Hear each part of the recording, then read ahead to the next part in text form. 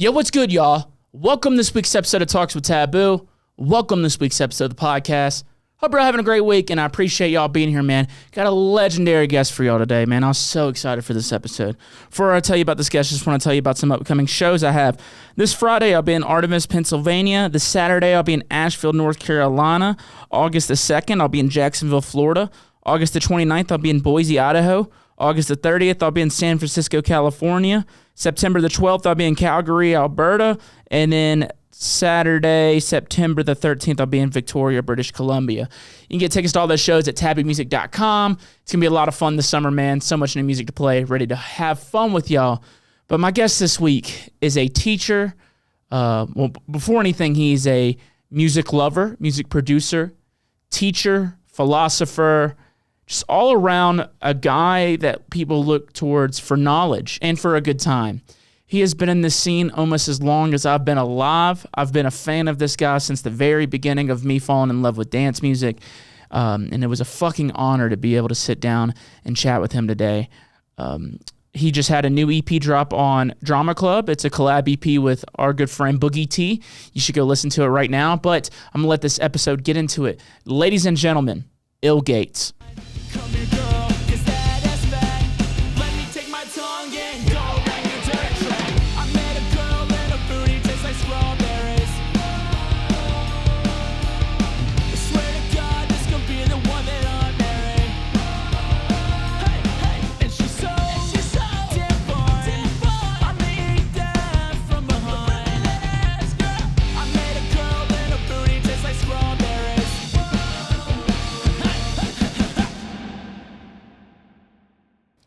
Mr. ill.Gates. Hey, what's going on? How you doing?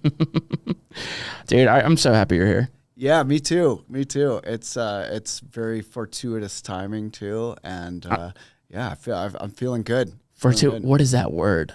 Fortuitous means it's like good. It's like lucky, like fort, strong. Oh, okay. Forte. Okay. So it's like strong timing. Hell yeah. It's good timing. We learn something new every day. Yeah. Fortuitous? Is that Fortuitous. Fortuitous. Okay. Happening by accident or chance rather than design. Yeah. It's Beautiful. like lucky and strong. That's the Lord, baby. Yeah. But yeah, man, I'm so happy you're here. I wanted to start this out by I don't know if you remember the first time we met. Do you? Because it meant and not at the time it was like everything to me too. Like and I get it. You're on the road, and I was just like fucking just. It was so cool. Yeah, well, see, normally there'll be a time that I think is the first time that I met someone, and then I tell my story of it, and they're like, actually, it was 3 years earlier, and we were at a festival, and like you were doing something ridiculous, and I'm like, oh, yeah, that. so I've learned to be a little more cagey about my answer. Take a guess. Any guess? Was it? I mean, I would probably be while you were in New Orleans. No. No? Before that. I can just go ahead and tell you. You might lay it on me. I booked you to play in Jackson, Mississippi. Oh, yeah. I remember Forever that. ago, and I did a video where I made a song out of the flyer for the show. Yes, I do remember that. Yeah, that was great.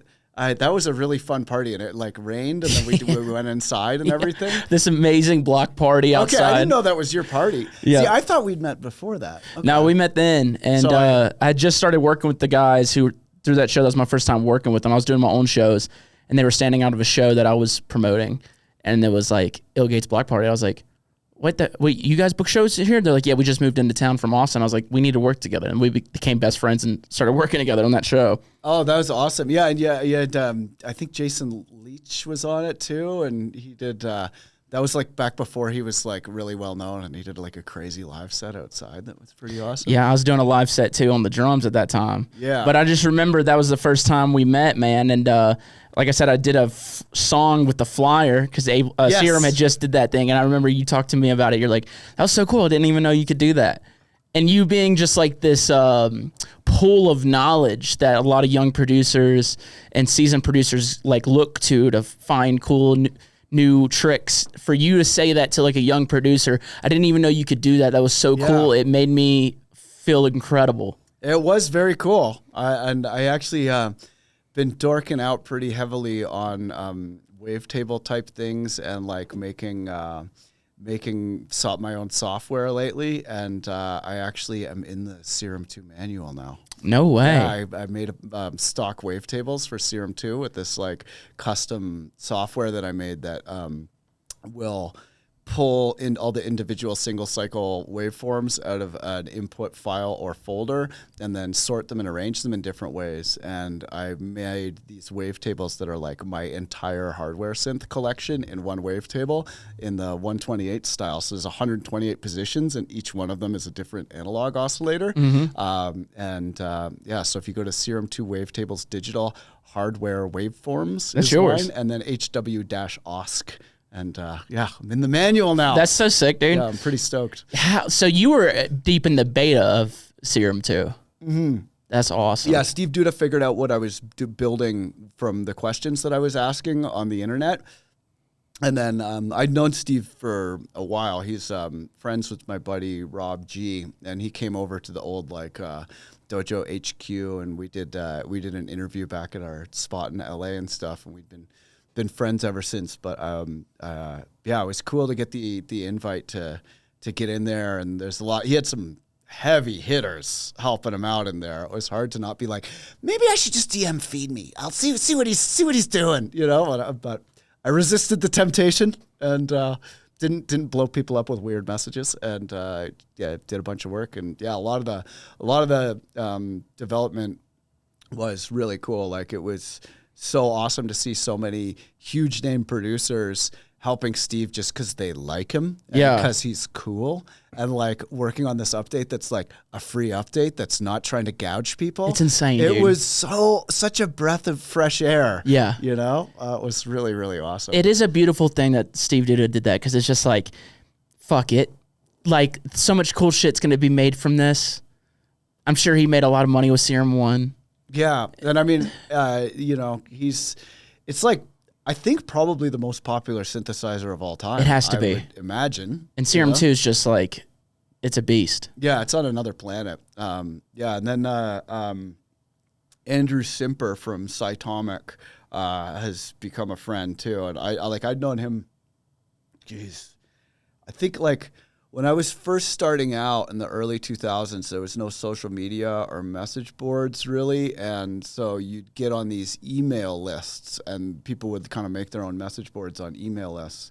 And a producer named Jace from Outer Space, who is in Australia, hooked me up with the invite to the Perth producer posse, but I had to pretend I was from Perth. And so I was like, hey, mate. I mean, it was written communication, so. But you still add the mate in there. Yeah, I threw a couple in there. Yeah, for sure. Yeah. But I got to crash the Perth producer posse and learn from Andrew Simper. And Andrew Simper went on to found Cytomic, and you may know him from the Ableton glue compressor, for example. He made the glue compressor.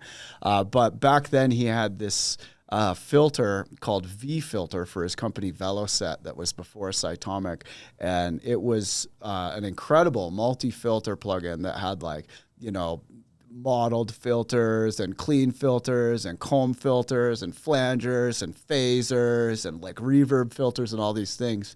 And it was like the best filter plugin that I'd used, and I was using it for years until eventually I accidentally let slip that I was not from Perth and got kicked out of the Perth producer posse. No way. And I had been wondering what had happened to that for a long time. And then, I was in ACC Austin, and they let me use their studio to do some mixes for this record I was working on. And in their studio, they had a real glue compressor. So I was like, okay, I'm going to do the shootout of the Ableton glue versus the real glue and see which one, see if it's better. And it was like nearly indistinguishable. Like, I was really shocked because I did a shootout with like all the major glue compressor copies, and the Ableton glue compressor was a lot closer than you'd think it was. So I was pretty impressed. And I mentioned that to one of my friends who knows Andrew, and he'd been working with Andrew as well. And Andrew has this new filter called the Drop, which is like a ZDF filter. And I have developed a ZDF filter as well with my buddy Langdon. And so I was like, I want to go ask Andrew about ZDF filter things. And we got in touch, and I started talking to him, and I was like, whatever happened to V-filter? Like, that Veloset filter was the best filter ever. I used it for so many things, but, you know, the operating systems have changed, and I can't get it to run anymore. It's like, I'm dying to use those algorithms. And he was like, oh, well, you have been using those algorithms, right? And I was like, what? He's like, yes, sold them to Steve Duda for Serum. And I was like, what? And so he's that filter went on to become the filter section for Serum. That's beautiful, man. You have to have like your ear to the ground for like all these new plugins or technologies, or I mean, are you just in all those producer circles? Like, you got kicked out of that one, but are now these other producer circles? I mean, even like Steve Duda been like, yo, I want you for this. Do you have a lot of these developers contacting you and be like, you know what you're doing? Let me pick your brain, or I end up like it's a really small world when it comes to developers. And then one of my best friends is Chris Hector, and he does all the operating systems for like the Tempest was his design, the Dave Smith Tempest drum machine. The Electron Syntac does a lot to the Tempest, but he also made the operating systems for like the Oberheim and the Prophet series and stuff. And he's now working at Rossum with the EMU and the Z-Plane filter, the SP1200. I know the SP1200, yeah. So the guy who made those is this guy Dave Rossum, and he runs like they have the Rossum assimilators, like a phase modulation sampler Eurorack module that's pretty good. But yeah, so Chris has been working with him, and I've been, I used to go down to the Dave Smith factory when I lived in the Bay all the time, and Chris and I have like made a bunch of music together and stuff. So a lot of those connections are through Chris, and he's introduced me to a lot of people in those development circles. And then I used to go to NAMM a lot when I lived in LA, and helped out like Polyend and Chris and Dave Rossum. I did some stuff with them. And then Serum, and then like a lot of the time, those guys who make beat surfing. Beat surfing is really cool. They have this plugin called Random. It's like a randomized physical modeling synth that's pretty good. And they have like random effects and everything. But they were like early glitch hop dudes who went by Hermit Lobby way back in the like early 2000s. They would fuse turntablism and controllerism and live like bass music. And I knew them because glitch hop back then, like before it was called glitch hop, was a very small thing. There was like a little pocket in South Africa, and there was like a pocket in France, and then a pocket in California. But it was like you kind of like you either knew those producers and got the dub plates, or that was it, And they were one of the early artists in that like early 2000s scene that went on to become glitch hop and everything. And they've since become awesome developers. And they have this app, Beat Surfing, for iPad, where there's all these like gesture-based controls and stuff. And it is one of the coolest things I've ever used. I'll have to check that out. If you're saying it, then that means something. Yeah, it's really cool. So I've been linking up with them, and then Andy, helping out Andy now with a couple things. But yeah, Cytomic, man, the drop filter is crazy because a lot of people don't know this, but okay, so EQ basically works like noise canceling headphones, right? Like you take the opposite signal and you sum it, and if they're exact opposites, they sum to silence. But if there is like a difference, then that difference is what's left over, right? So like if you're making an analog circuit, you'd have essentially like fork the path to make two, and then you'd have like a resistor on one side, which slows down all the frequencies equally, and then you have a capacitor on the other side, which is like low pass filter and glide are the same thing. It's known as slew, and it basically slows down motions. So like with glide on a synthesizer, let's say you're sending two notes with a pitch and you press the next note. Well, without glide, the control signal would have like a square edge, but with glide, it would be like smooth, right? So it's like essentially like a slow pass filter, it's slew, right? So the capacitor provides some slew, meaning that low frequencies pass through the filter and higher fast frequencies do not, which makes it so that it doesn't have square edges. So so then you have like a resistor, which is slowing things down, like all the frequencies down by the same amount, and then you have a capacitor, which is slowing down the high frequencies but not the low frequencies. And then when you sum them, you get what's left over, and like that's how you make like a filter, right? So every EQ works like that, pretty much, and so that means that there's like phase rotation is like what it does, you know. So then when you are summing to try and create resonance, right? It's summing the same signal again and again and again, running out of the filter and then back in. And in an analog system, that's essentially happening at the speed of light. You know, like electricity is very, very fast. Whereas in a digital system, you have to perform like a fast Fourier transform calculation to figure out where all the frequencies are. And there's an amount of time necessary to do that equation. So each successive iteration of the resonance is slightly misaligned. And that's why like, you know, a digital filter tends to make that weird whistling noise, whereas an analog filter has that satisfying squish.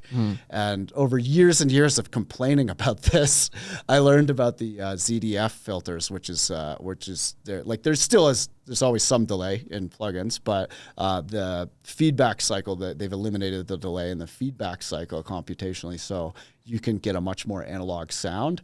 And my buddy Langdon and I have made our own ZDF filter, and but the gold standard for ZDF filters is Andy Simper's ZDF filter, the Drop, and that was kind of you know, my connection there was through Chris, and I was asking about it, and he was like, "Oh, you gotta talk to Andy." But yeah, it's really cool to see that sort of an algorithm being used a lot more, because it really makes a difference the way things sound. Oh my gosh, especially if you're trying to make things go squish in, and I'm a fan of squishing noises. What can I say? But yeah, so like just when you post and stuff about message boards and things, and you're just asking questions like that, the people who know about those things are like, oh, I should talk to that person. So you end up, you know, getting linked up with people just from complaining about the way things sound, just complaining. Right. And now there's AI, and you can make software just by complaining. Wow. It's great. It's pretty awesome. You're just always teaching, because like, this is just from my perspective right here. I know what certain things do. I don't know why they're doing what they do, right? The way you just explained the EQ, I'm like, yeah, I didn't fucking, that's wild. Well, I didn't know that either. I'm just saying, like, you're the perfect right a nerd where you're like, everyone's like, I know what this does. And you're like, but why does it do what it do? Is that what excites you? Is that what, like, are you like, do you mess with like an effect or something with music and you're like, yeah, but why does that do what it do? I know that it does it. If I get upset enough about things not doing what I want, then it becomes of interest. Yeah. But if things just do what I want transparently and I don't have to think about it, then I don't. Right on. It's just when things don't do what I want that I get frustrated. Fuck yeah. And then I'm like, it's not magic. I'm gonna figure it out and get to the bottom of it. And then and then that was one thing led to another, and like I'm doing development now, but that all started because I just hated the sound of digital filters and EQs. Damn, man. And now it's a job in a weird way. Yeah, it's pretty fun. But yeah, helping out with a lot of these companies has been great. And and then Polyverse too. I've been helping out with some of the Polyverse guys doing some testing and some development. They have this new filter that is pretty amazing. Fuck yeah. Yeah, those guys are great. Dude, your fucking catalog of gear and plugins and what have you has to be ridiculous to the point where you're like, I cannot get a new computer. Yeah. I'm going to lose all this shit. Yeah, I mean, I do a lot of stuff with like outboard gear that I resample and make sampler instruments out of. So, a lot of the time, when I'm producing, I'm pretty much just using like the Ableton sampler and like stock plugins on Ableton, but the sounds have been made in various, increasingly elaborate ways. But when you're composing music, a lot of the time doing things that are like really, really cutting edge or out there or like max your processor or whatever can result in like frustration and troubleshooting and stuff. Yeah. So a lot of the time when I'm composing, I'm just working with like meticulously prepared sampler instruments. And I learned that from Tipper way back in the day when I was like, it's like maybe 2002, 2003. I was like literally a kid, like right out of high school. And I was a big Tipper fan, and Tipper was like not very well known at that point. And I was inquiring about booking him and met his manager, and one of the conditions of me booking him was that he got to stay at my house for a week and use my studio. No shit. And so That's so cool. Yeah, so I'm like fresh out of high school. Tipper's like camped out in my basement. You had a like, gangster studio then at high school. It was decent enough. I mean, it wasn't like super crazy, but it was decent enough. And and I remember because he wrote that Surrounded album. You'd think he made that in like a multi-million-dollar studio, but he wrote it just on like a laptop in an RV traveling around. Like did the mixes later in a nice studio, but it was all like on a laptop that's like 1/10 as powerful as your phone. Yeah. And you listen to that album Surrounded, it's like still a masterpiece to this day. And I remember a good chunk of Tipper's studio time was him going through all of these long recordings that he had made that were like made with where his computer was like at the very edge of its capacity, and then chopping those up strategically and laying them out into sampler instruments so that when he was composing, no CPU, no overhead, no latency, no nothing. And then he could like play with his hands. And like a lot of the parts, like he would set up, like the kick would be on C sharp and the snare would be on D sharp. And then he would have 3 hi-hats for doing triplets on the 3 black keys.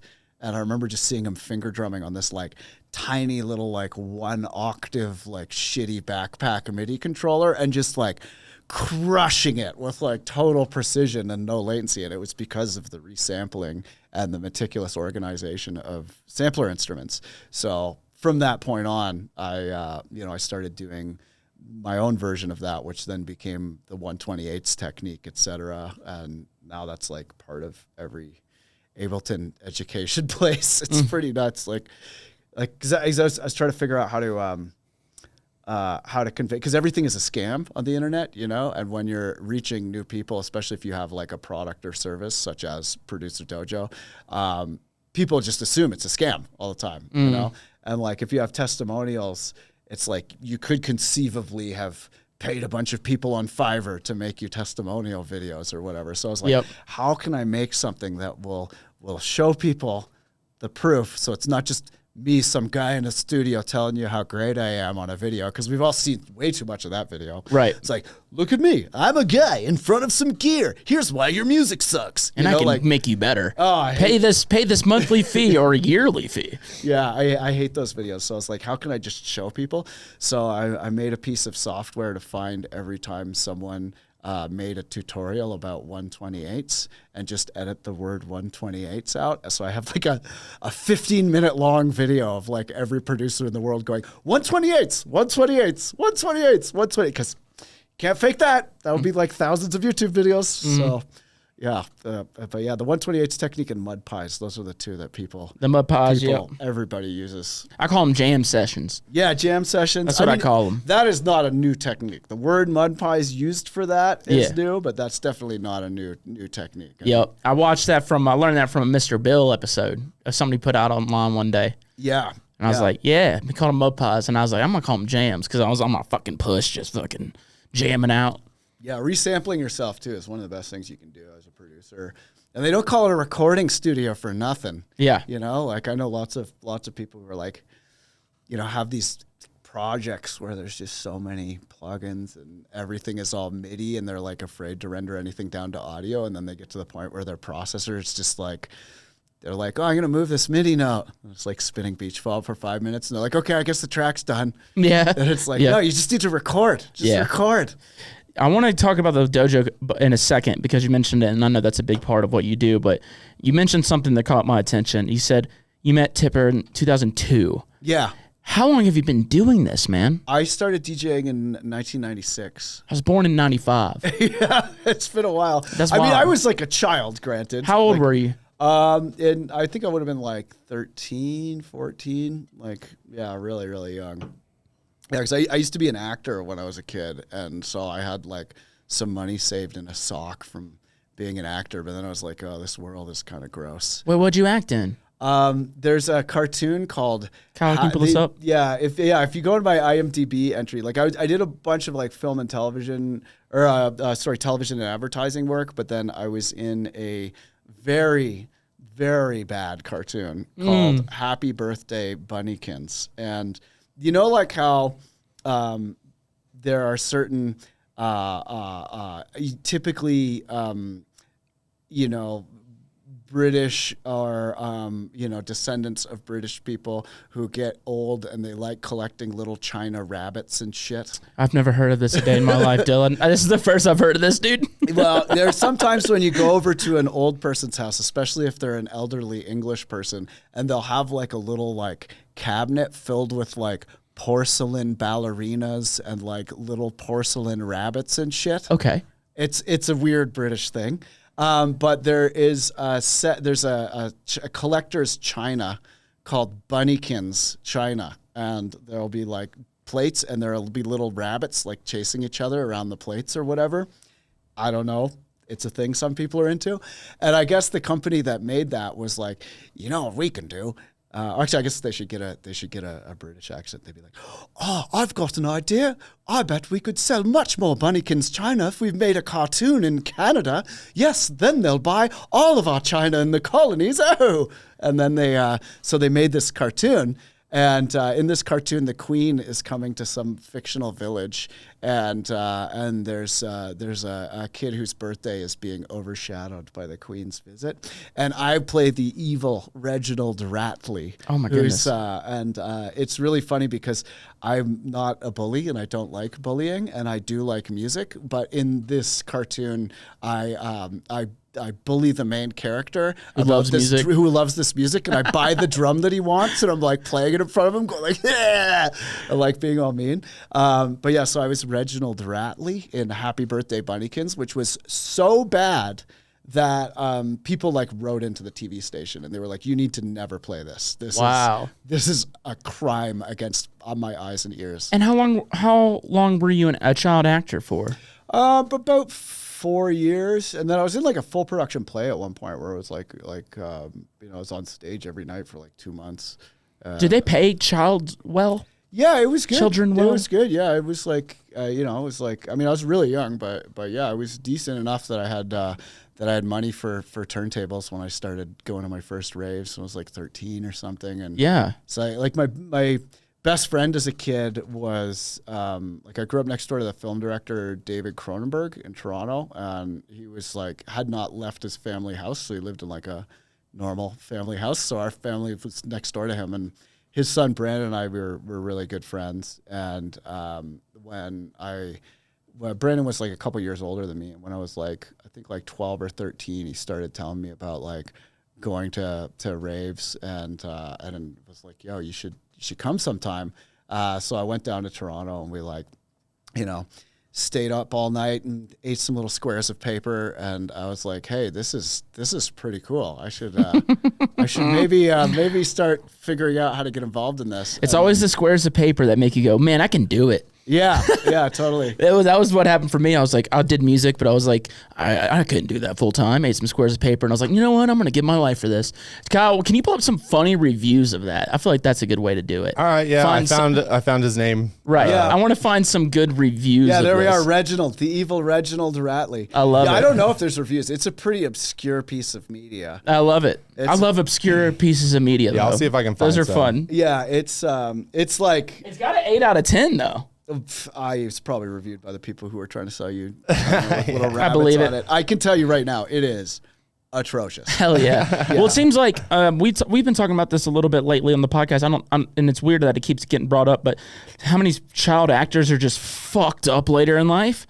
Seems I like could smell it coming. Yeah. And I was like, I'm out of here. Like, this is This is it's a weird world. It is a weird world. Do like your peers when you're younger treat you differently or try to be your friend, like fake friendships because of that? Because that's always like, because I think about these child actors as like part of growing up is getting in trouble with your friends. Yeah. And it's like, can you get in trouble because you're in the spotlight, and then are they really your friends? Well, I think you're assuming that I was some star. degree of famous here. Yeah, I was. got This you. is like D-list child actor. Got here. you. Yeah, it was enough that I got some work and stuff. But the play I was in was like, if it had a rating, it would have been an R rating. Like it was not for kids. Hell yeah. And then who the fuck is watching Happy Birthday Bunnykins? Like, come on, nobody's watching that. Yeah. And then I was in a couple radio ads where like my friends would hear me in radio ads and be like, yeah, it was really weird. I thought you were in my house. It was scary. But that was it. Like it was, but yeah, I was like, I don't know if I want to be in this world. It seems a bit weird, you know, like I didn't want to like Corey Haim it up, you know? So I was like, okay, I think I'm out. I'm gonna get involved in music. This is a lot more fun anyway. And I had never really thought that it was going to be my job. It was just something that I loved enough to become totally obsessed with and spend like 5+ hours every single day, no matter what, doing. Mm-hmm. And then eventually, my friends and I, like, because I was in art school. Like, you know that TV show Fame? No. Fame, I want to live forever. No. Okay, so it's like this really ridiculous 70s or 80s show where it's about this like arts high school or whatever, and everybody's like in a drama club or like trying to be an actor or whatever. It's a very silly TV show, but they have schools like that. And you was at a school like that? Yeah, and I got singled out. Like I would always, I have raging ADD, so I was always drawing pictures and not paying attention. And I used to, like have stickman battles with my friends and stuff when we should have been learning. And they were like, you spend a lot of time drawing. That seems to be the only thing that interests you. Maybe you should apply for this art school and stop drawing mean comics about the teachers. And I was like, okay. And then I did. And then I got in for visual arts. So I had to like wake up really early because it was way far away from my house. But because art was no longer my procrastination thing, and that was like the main thing that I was supposed to be doing, me having ADD, I was like, I need to find something else that I can procrastinate about. So music became my procrastination. Was that at art school too, though? Did they have like a music section? Yeah, but I was not admitted for music. Like I applied for visual arts, and then, I still do graphic design, and I make my own album covers and do a lot of my own graphic design work and stuff. But yeah, I was like procrastinating but by doing music. No matter what you were going to do when you were younger, you're going to procrastinate. Oh yeah, well I had raging unmedicated ADD. Yeah, dude. So then my friends and I ended up starting a crew where we did like art installations and art shows and breakdance demos and stuff at electronic music events. And then basically because there was no one else that they could get like, they could rent 10 giant graffiti murals and a huge robot sculpture from. I was like, okay, you got to give me a time slot though. And like I was, especially in being in a breakdance crew, I was like really into turntablism and stuff, but I was also really into like Aphex Twin and Square Pusher and like Murs Bow and the Boredoms and all these like weird like Japanese noise acts and stuff. So then I would kind of like, and my breakdance crew, they were all pretty weird. And so I would use like, Japanese noise records for scratching and like turntablism and play and like Mr. Oizo and stuff like that was just starting out. So there wasn't really a genre for that, but I was like, okay, I really like, hip hop beats and the MPC, and I'd been producing on an MPC. So it's like really into MPC music and hip hop beats. And then also like really weird experimental electronic stuff. And, when you're dropping the BPM down to like, below 100 and, putting sludgy bass noises. And this was like the 90s. People were like, what the fuck is this? Like, yeah. We don't like this. This is weird. But because I had that party decoration crew, I could kind of like leverage my way into getting time slots. And maybe get away with it a little bit because it's very artsy, you know what I mean? Yeah, totally. Yeah. And I had breakdancers. And then people at parties would give me drugs because that's just what happens. And I would have to DJ at 6 a.m. So I'd be like, oh, okay, thanks. And then I would find someone who's a good dancer and I'd be like, how do you want some? Would you like some free drugs? And they'd be like, yeah. And I'd be like, you better be at my time slot at 6 a.m. and you better be dancing. Here you go. Dude, that's how I used to promote my shows. I'd say free drugs, and I'd hand them a flyer. And they'd show up. They're like, where are the drugs? I'm like, oh, we did them all. Fucking. Yeah. Well, they're free. They go quick. Quick. But yeah, so then that kind of like led to me taking music a bit more seriously. And then I moved to Toronto when I was like 18. And do you know, have you ever heard Capital J? He's like a drum and bass. Toronto was, I mean, it still is really big for drum and bass. Yeah, Canada loves some drum and bass. Especially in the 90s. The 90s was nuts. It was like they were having like 10,000 person drum and bass parties like every weekend for a while until the Rave Act came down. But oh, I know that was in America. Was that in Canada to the Rave Act? They had a similar thing. Wow. It was slightly different, but if you say the Rave Act, people know what you're talking about. Yeah. But yeah, so Capital J, he was like a jungle drum and bass DJ and turntablist, and through my interest in turntablism, made the world pretty small. So I knew him, and I was working on a track, and I was like, oh, I should get Jay to do some cuts on this track. And I'd just come back from a record store, and I bought a bunch of vinyl records, and was gonna record with Jay. And he was like, oh, what'd you get from the record store? And I had a record that I bought by this artist named The Incredible Melting Man. And It's a great name. yeah, he's really great. It's a great name. And he was one of Jay's friends, and they had a band together and stuff. And I put on the record, and it had a skip in it. And I was like, oh, I just bought this directly from the record store. And he was like, well, look, I'm in a band with him. Let's give him a call. So I don't know how he had this, but he had a phone that was made out of Lego, a Lego landline. It was so sick.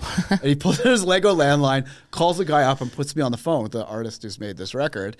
And so we're talking, and he's like, oh, yeah, how do you know Jay? And I'm like, oh, well, I know him from our weird party decoration breakdance crew and stuff. And I was getting him to record some scratches. And he was like, oh, yeah, send me the track or whatever, right? So there was this old message board for like a producer community message board called Neptune.xvi. It was probably like 500 members or something, like really small. That's a good message board though. Not 500 people. Yeah, it was especially for nerdy producers. Yeah, totally. So I sent him a link, and then the next time I logged in, there was like a new DM from The Incredible Melting Man. He was like, oh yeah, we want to sign like the second, third, and fourth tracks you've ever made. And I was like, oh, I don't know what I'm doing at all. And then went into this meeting with like a bunch of other artists who are like, 30, 40 and stuff. And I'm like, not even old enough to order alcohol at this meeting. And they like signed us all up for album deals on this label, Two Wars and a Revolution Records. And then the next thing you know, are like putting out 12 inches and stuff. And like, I was like, okay, I guess this is that now. And then by the time I finished university, it was like I was playing every weekend and flying to gigs and stuff. And then that just became my life. What are record deals like back then? Because like now, like I released with a label, we don't have like a record deal, right? We don't have like it's weird like signing like a piece of work then compared to now, because back then you kind of needed that. Oh yeah. Now you're like, it's like a lot of handshake deals, but you also don't need them, and they don't necessarily need you. You can just kind of do it yourself. What was a record deal like back in the day? I had to get lawyers and stuff. The contract was like long and had all kinds of fine print. And like I had to agree to, like X number of singles by these dates. And like there was a bunch of stuff about like, making sure that the style was commercially viable, and commercial viability was determined by the A&Rs at the label. That's weird. The A&Rs, are the A&Rs even like producers, or they just like... Yeah, Incredible Melting Man was the A&R. Okay, gotcha. So it was cool. And he is dope. And I mean, that label was pretty, they put out a lot of really good music around that time. But like, Miyagi was on that label, and Simon Paul, and Scissor Kicks, and Jello. Jello's still at it too. He's still putting stuff out. But yeah, it was a pretty good label, and becoming friend Dave Dubb too, Rob G, and kind of like getting, a lot of those people I'm still friends with. Like, I still talk to Rob G and Dave Dubb, especially all the time. It was definitely, jumped me right into the deep end. Yeah. But, whatever, you just play the hand you're dealt, I guess. Yeah. From going at that time, where you're just this young, basically kid, just excited and kind of getting thrown into the music world. Fast forward, we're in 2025, you're still doing the fucking thing. How many other peers are still doing it with you that were around that time? Like, because I see people come and go just in the small amount of time I've been in it. And it's a tough life to maintain, you know, a career in, you know what I mean? Because you can be on top of the world one year and the next year you're forgotten about, you know what I mean? Like, what's that like process been like? And do you still have a lot of peers from that time that are still out there doing it? Yeah, I mean, there definitely still are. I mean, like Andy Simper, I knew from back then, and he's still doing. A lot of people that kind of behind the scenes, tech world, like people making synths and making software and stuff. A lot of those people are still around, and then a lot of people who were like, you know, kind of publicly active will be more privately active at later points, because like touring, like I love touring. I'll probably still keep touring for a long time, but you know, I'm a dad now, and it's kind of like I had to take some time off to really be there for my kid so that she could like grow up with a dad. And you know, things suddenly happen a lot when you have a kid, and you gotta, you know, there are times it's all hands on deck.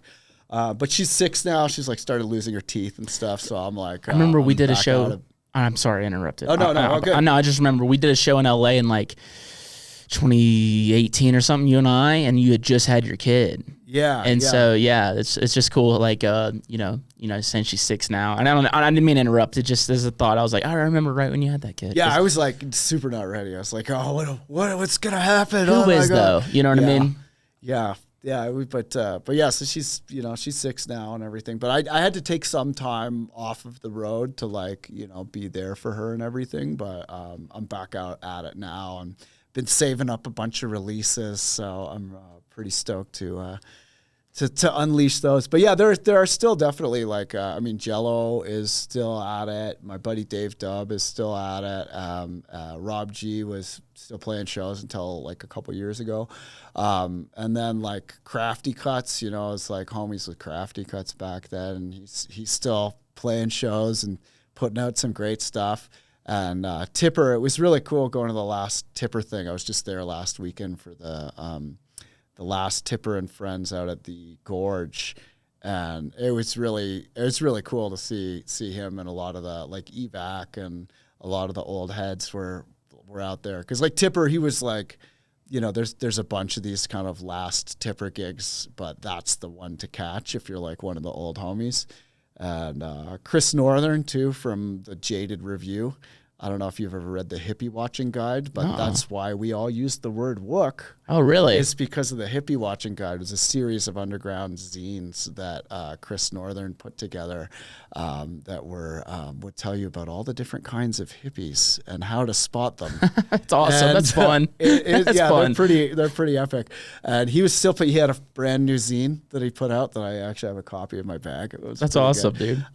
But yeah, so he's still cranking them out. Yeah, the Hippie Watching Guide. It's on archive.org too, so you can check it out on archive.org. That's amazing. The Jaded Reviews Guide to Hippie Watching in North America. The Jaded Review is an apt name. That's amazing. It is apt. That's amazing. Yeah, I would highly recommend the Hippie Watching Guide. To Fuck yeah, I will check that out. Sounds like it could be a lot of fun. Oh, it's yeah. If you want to get your snark on and like laugh until noodles come out of your nose, that's the one. I'm always trying to laugh until noodles come out of my nose. Yeah, but yeah, the best time. There are definitely still. I mean, like Craddy. I'm still in touch with Craddy, and the Glitch Mob guys are still killing it. I love the Glitch Mob. They're one of my favorites, and I kind of embarrassed myself the first time I met them. Just slipped and fell in front of them, and they were like, "Oh my god!" It wasn't because I was fucked up. It was wet, and I was hitting some stairs. I hurt myself, and I was like, "That was funny, right?" And they were like, And I was like, "Damn it!" They're pretty nice. No, they were really nice about it. Nice, but I still think about it to this day when I go to sleep. I'm like, "God damn it!" The first time I met Glitch Mob, I was a fool. Yeah. Well, if it makes you feel any better, the first time I booked Edit as a promoter, the day after our show, like our show was a really good success, and then we had to stay up all night cleaning the venue because we did like these like big murals that we put up and everything, and like it was a kind of underground venue that had to be converted into a party space and back. So we did this big cleanup project. And then me and my friends ended up like, drinking like whiskey and having like a bare knuckle boxing like fight club at the end of the night. Go! That's a party, dude. And then I realized like after, I was like hammered drunk that we'd forgotten to get up and get Edit to the airport. He had to take a cab, and he was like, "Where were you guys?" And I was like, do we tell him we were bare knuckle boxing at 8 a.m? I don't know. It was pretty embarrassing. That's pretty awesome, though. It was fun. It was fun, but yeah, definitely. Start with whiskey, end with beer, kids. Don't end with whiskey. I always end with whiskey. Yeah, I mean, I start with beer, and then I'm like, I'm going to whiskey. yeah. It's like on 4th of July, I drank 20 beers, and I had a great buzz. Wow. I can put them down. I had like a good buzz all throughout the day. I was fine, and then as soon as I got to the tequila, I was like, yeah, dude, America's #1. Like, it's just like, Wow. Wow. Yeah. country boy can't survive, Dylan. Yeah, it's better for everybody that I don't drink. Hell yeah. It just is. It just is. Was it an issue for, like, I mean, was it, so you're completely sober now? Off of I didn't alcohol? say that. Off of alcohol. I said I don't drink. Yeah. Okay. No, I had one glass of champagne in the last like several years, and it was when Henry Kissinger died. So I save it for special occasions. Yeah, got you. Let me ask you this, man, because you were talking about, playing like this weird fucking just wubby music, and people were like, I don't like this, to where you get signed, and to where we are now in 2025, to where one of the biggest electronic music festivals is in the middle of fucking Ohio. Yeah. You know what I'm saying? What has that been like, and where did you see the electronic kind of just scene kind of tip and just go like, whoa, this is different now. Things have changed. It's gotten bigger now. Like, what was that like? I mean, like when I first started, electronic music was considered very fringe, but even then, all of the people in like the late 90s and early 2000s were all like, oh, you missed the boat. Like, it was cool in the acid house days. Yeah. Techno parties. If you're not like using a checkpoint system to go to a break-in, it's not a real party, and like, if photos are allowed, it's not a real party. Like everybody was way too cool for school then. And that hasn't changed. Like now you see people who are like, oh no, I mean, dubstep was really going in 2012. Everything since then has just been like a terrible echo and blah, blah. So there's always that portion of the population that's going to be like elitist. Elitist, and they just remember it being different because they were young, and I guess they had more serotonin back then, and so they view it through rose-colored glasses. So that's always been the trend, but it is like really heartening to see that despite the lack of support from mainstream media and like because I mean like you go to the UK or Australia, and there's like underground electronic music on the radio that like everybody is listening to. Oh wow! Like Triple J in Australia, and like Ministry of Sound. Like back when I was a breaks DJ in the early 2000s, like I was like on Ministry of Sound radio and stuff, and like they had like full infrastructure like BBC. Like those essential mixes and stuff. That's been going forever.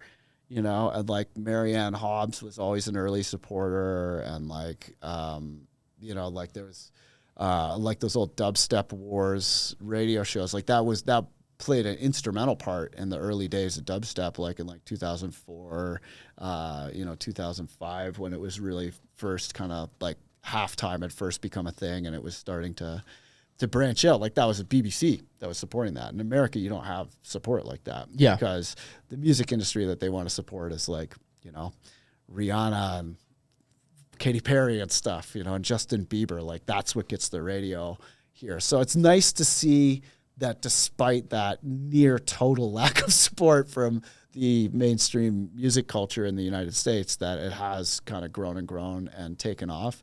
But, that comes at a price, and I think a lot of people have forgotten the, inherently counterculture roots of electronic music, like, especially like or the early Detroit scene and stuff, like people don't really associate techno with African American people. Like if you say you listen to techno, most people are like, uns, ja, sprechen Sie Deutsch, and it's like techno started in Detroit, it's like, and like acid house and all that was like, it's like counterculture music. And that's why it was like really big in like techno used to be considered gay because like you'd hear like dance music at gay bars, and I worked at a gay bar. You know what I mean? I was the DJ at a gay bar, and it's just like if you wanted to go hear like techno or house music, for a while everyone was like, yeah, techno's gay because it was it's like a lot of people don't realize like comes from a lot of African American culture and like gay culture too. You know what I mean? Big time, and like the voguing and like balls and stuff, like that was like a huge part of that scene. And so now we're in this kind of like it's like people behave as the roles that they think you are expecting, and like re-say that. Have you heard of the Stanford prison experiment? That's the one where they gave people power and then they abused it, correct? Yeah, that's and I mean there are definitely some issues with Zimbardo's methodology, but that's kind of like the most obvious example of that. If you give someone power, they'll more than likely abuse it. Yeah, when they randomly assigned normal university students who volunteered for this experiment were randomly assigned to either play the role of a prisoner or a guard, and if they were to play the role of a prisoner, like a real cop car would show up at their house and arrest them in front of their real neighbors and take them to this pretend prison that they had at Stanford. And then the guards were given the instruction to maintain order. That was it. And then they were like, yeah, interpret that as you will. And very quickly, it, of course, became an abusive situation. And Dr. Zimbardo was like, the data, let's keep it going. Yeah. And like horribly scarred all these people. But how does that connect with what you were talking about with the rave culture? People behave as the roles that they feel they're expected to play. Got you. So we're now in a situation where these, big investors have come in, and I mean like Live Nation is owned in part by Mohammed bin Salman from Saudi Arabia, and like there's like a lot of these big companies that are owned by investors and they're seeking to like extract the maximum amount of value from their investment. Profit. So they're like, okay, how do we dress this up as though it's, what people are expecting? So usually that means like, they'll like lean into like sexy costumes and, like kind of putting on this mask of that culture while at the same time not actually really knowing much about it or adhering to its values. And, as they said in Fight Club, sticking feathers up your butt does not make you a chicken. Yeah. So, there is an element to which it's lamentable that there are these like, outside profit-driven forces that are masquerading as that culture. But at the same time, when people have an interest in it, they will inevitably, if they're interested enough, look at the roots and the history of the culture. And that message is getting spread far further than it ever has been. And it's getting legitimized in ways that it did not before. And it's like the resurgence of early 2000s UK dubstep sound. It's been awesome. Now. It's been fun. Yeah, like I remember when that sound came out, I lived in Kensington Market in Toronto, and there was a bar across the street from my house called Timeless that was a reggae bar, and they had a dubstep night on Wednesday night because that was the most dead night. And this crew called Dub Slingers had this event good name where it was a great crew, great parties, and we would go there every Wednesday and listen to like Scream and Benga and Koki and Digital Mystics and all that good stuff, and Box Cutter and Burial and all that early stuff from that scene. And it was so dead that they wouldn't even move the pool table to make a dance floor. It was like me and like my girl and then like 5 dudes with backpacks because they didn't want to get their shit stolen. So they would keep their backpack on the whole time. And that was it, you know? And like that was not, and I mean, even in the UK, it was never like a huge sound there. It was like a very distinctly British sound and it was an interesting sound and stuff, but it took a while for it to really get, you know, big.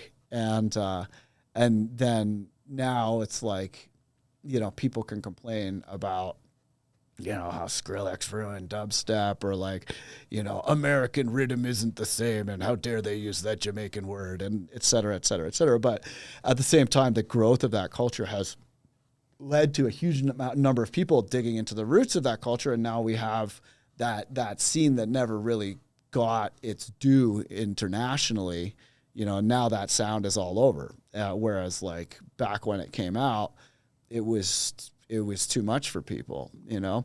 So as much as you can say like, oh yeah, this is like a simulation of electronic music culture. And like, it's weird to have hedge funds owning rave production companies and, you know, everything's gone to shit and blah, blah, blah, blah, blah. Like, yeah, you can't complain about that. But at the same time, the actual original culture is reaching farther and wider than it ever has before. People have better taste in music than they ever had before. There's more and better music coming out now. Things that were once considered fringe and experimental are now far more palatable to the average person than they would have been. So I think it's a net positive, even if it comes at a price. But you know, everything changes. That's the only constant in this world is change. Nothing lasts. Things fall apart. You know what I love about that story you just told? Is a jaded person would say all those things and be like, oh, it's owned by all these, you know, like these hedge fund corporations. And a jaded person would focus more on that. And you're like, yeah, there's that. But also because of that, we have this in a way, and it's making it better. You focused on the positive right there. You seem like a pretty positive guy. Just from the moment you came in and started talking about gear and the excitement you have about it, and you're talking about your journey, how exciting you get about it, you seem like a positive guy. And you meet a lot of people who've been in this for a long time who get jaded. And you could have been jaded right there, and you took a positive route and focused on the positives. What keeps you positive, man? How do you not get jaded at this point this far? Seeing, you know, because you got those old heads, elitists and whatever, but you know, you don't seem like that. You seem like a very like, yeah, this is all good. Not everything's good, but there's good outcomes of it. Do you know about like Stoicism, Stoic philosophy? Like, please tell me. Seneca, Marcus Aurelius, etc. Okay, so there's, I mean, a lot of our best philosophy over the years has come out of times of political turmoil. You know, for example, like the warring states period in the spring and autumn in China. You know, we have like Taoism and like Confucianism and stuff that came out of those periods. And then likewise, like in, you know, in the decline of the Roman Empire, there's, you know, there's a lot of really good philosophy that came out of that. But one of the great kind of gems from Stoic philosophy is the anger comes from unmet expectations, right? There's nothing about the world. There's no contract that you entered into with the world where the world agreed to give you what you want, and that things are supposed to make sense, and that, you know, that like the expectations that we have of the world are often wildly inappropriate. And when you lower your expectations dramatically, you'll find yourself far less angry about things. So for example, let's say that I have a flight to catch and I'm expecting that I'm going to get across town in half an hour during rush hour.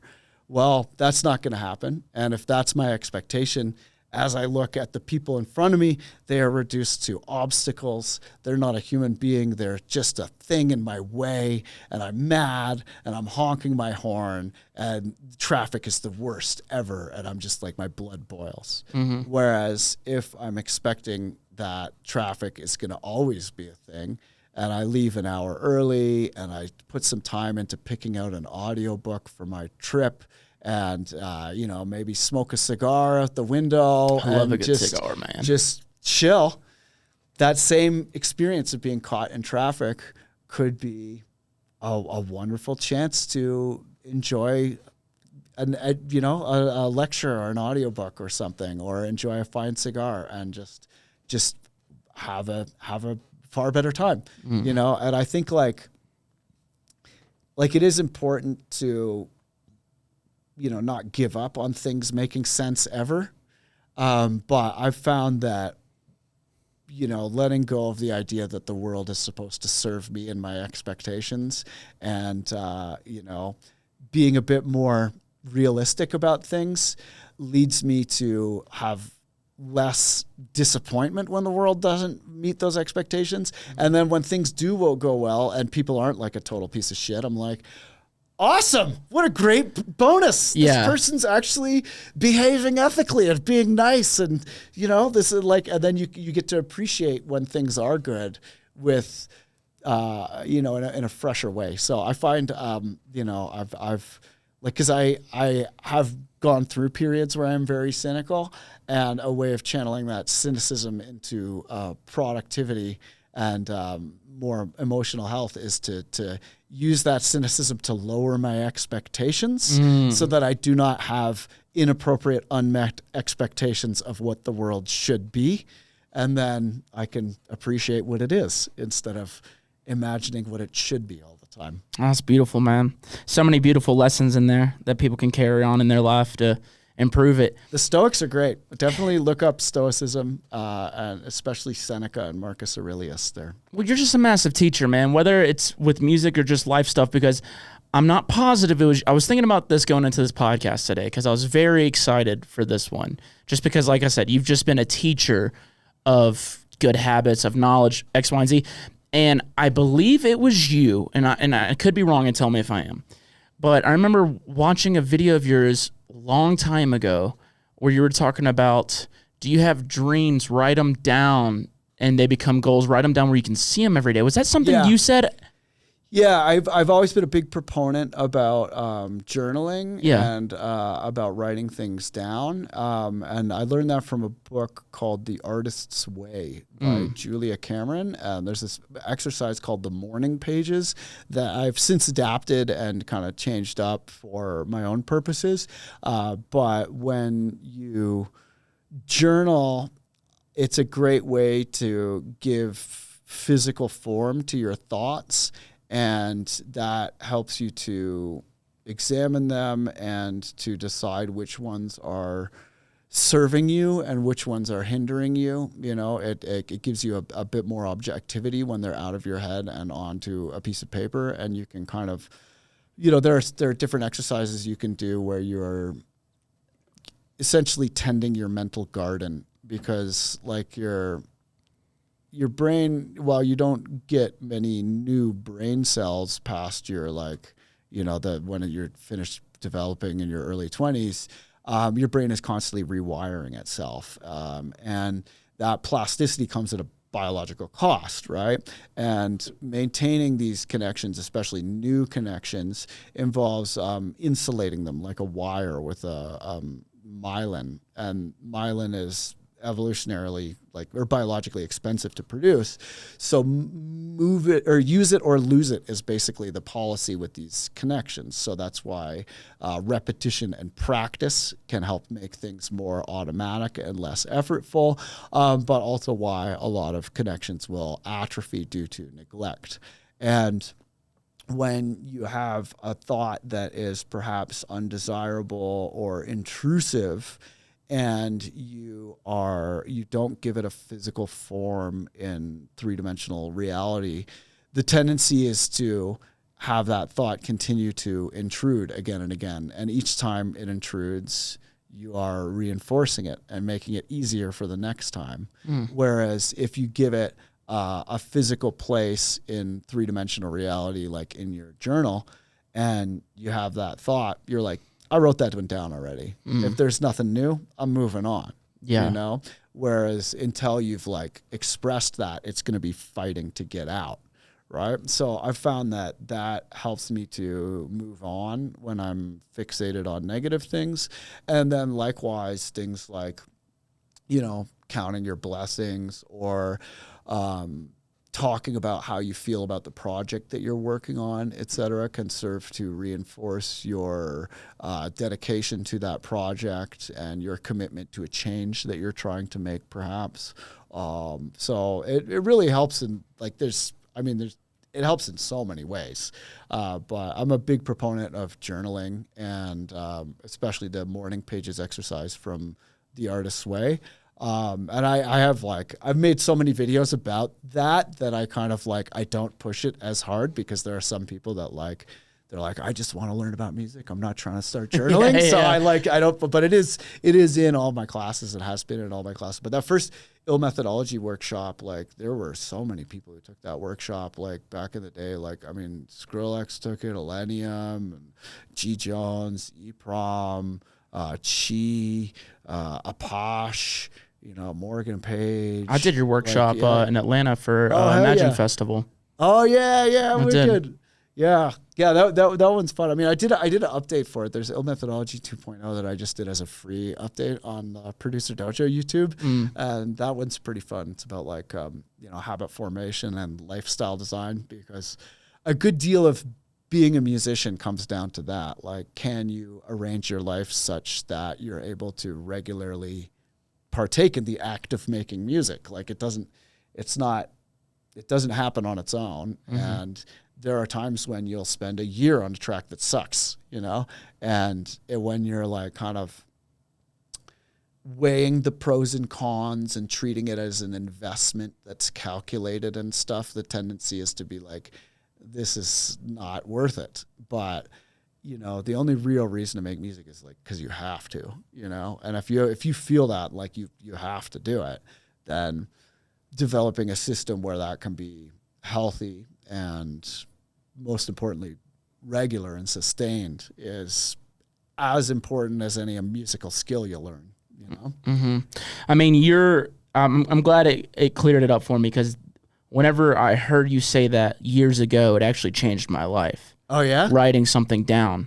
It legit, there's not a whole lot of things that I do that are complete game changers. You know what I mean? Those are rare. You know what I mean? But that lesson that you taught, and I really heard it, and it really changed my fucking life. Yeah, write it down, get it done. It did. And writing an agreement with yourself to fully and formally commit to whatever your vision is. That's another big part of that, where you make yourself accountable for achieving a set of actions. Because you don't just wake up and be a musician. There's a set of actions, gotta work, baby. Deadlines and things that you need to, so you figure out what are your measurable progress indicators. Where can you, what are you going to do? 1 beat a week, 3 beats a week, et cetera. And formally committing to it, and then telling other people, or perhaps posting a contract on your fridge or on your door. That's another big part of it. I had a dry erase board, and I would write it on there. And I did it very serious for a while, and you'd probably be disappointed if you read it now. It's in my studio. It just says, eat pussy, kick ass, make wubs. Hey, we all have our own goals. We all have our own goals.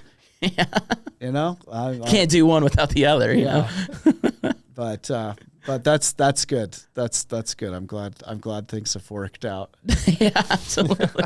No, I'm just saying that really did change my life. I used to go to that board once a week or once a month, depending on what the goals were, and I'd have daily, weekly, and monthly, and yearly goals on them. Yeah, that's what's up. And write it down, get it done. Yeah, man, I went hard on it, and I did a thing for a while, and I hate that I don't do this anymore. Before I went to bed, I wrote about my favorite part of the day, or what I was most grateful for that day. I did that for a while. That's a very healthy thing to do. I thought so too. Yeah. You ever see that movie Life is Beautiful with Roberto Benigni? No, but it's a good name. I like it. I'm a sucker for a good name, if you can't tell, dude. Yeah, it's a good one. But yeah, it's like a movie where, it's like in the Holocaust, and this father and daughter get taken to the camps and stuff, and the father is so he's such an optimist that he basically manages to get everybody around him to pretend that it's all like a game. and so that their kid, to insulate the kid from being traumatized by reality, he lot basically healthier. creates this happy fun time trip to the camps. And I mean, it's like, you know, I don't know how realistic a film it is, but Yeah, it's a a good really concept. beautiful film. I think it won some Oscars and stuff when That's it came awesome. out. But yeah, the power of positive thinking is definitely a thing, and it's important to count your blessings even when you're having a bad time sometimes. Yeah, I had a kind of like moment of like a positivity yesterday at a metal show of all places, right? It's this metal band, and my buddy was telling me like the story of like, you know, when they were younger, all these albums are like angry and whatever, and they played one of their new songs, and he's like a lot more positive. And these song, he's like, you know what? I might just try loving myself, and that was the message. Wow. And that was the message of the song. You know what? I just might love myself. That's And I awesome. remember hearing it, and I got chills, and I was like, wow, what a great song. Especially after hearing like they're like angry, like fucking kill myself, kill you. Like, and then, you know what? I just might love myself. That's awesome. Yeah, I had a kind of similar experience at Social Distortion earlier this year. I went and saw them live, and I guess the lead singer had just had a battle with cancer that he had just won, and he had all these awesome like acoustic songs that they did about how cancer can suck a dick. It was pretty great. Fuck yeah. Cancer can suck a dick, dude. It was pretty great. It was pretty great. But yeah, I mean, and metal is like, it's funny how like surprisingly like positive a lot of the people that you meet through extremely aggressive forms of music are. Like a lot of the friends that I have from listening to like industrial and noise music or metal or whatever, like they're people who have like a very they have like a passionate code, you know, and they're really trying to be the change that they want to see in the world. And like, you know, a lot of their energy is dedicated to creative acts, and like many of them will, you know, be in their, you know, their day job will be something like fantastically altruistic or otherwise surprising, but then, you know, they look like they're like gonna be the bad guy in the movie. Yeah, and yeah. stuff. But a lot of the time, those people are very, very nice. Yeah, the patrons at a metal show, dude, are some of the kindest people, and like they look hard as fuck. Yeah, It's- yeah. And then you have like, you know, R&B musicians. What? I'm just gonna leave it at that. That's beautiful, man. So I want to talk about the dojo, man. And I've been dancing around it because you just have, there's so much to go into, like this podcast with you. We could literally do this fucking all day and still not cover everything. But I would definitely wanted to talk about that because the producer dojo, I mean, how many people have you taught at this point? I'm sure it's been possible. Thousands and thousands. Yeah. Yeah. Because I mean, my original goal, because like I was teaching well before Producer Dojo. Like I started doing workshops in earnest in about 2008. And then the dojo didn't start until 2017. And the goal with the dojo was to help launch 1,000 music careers.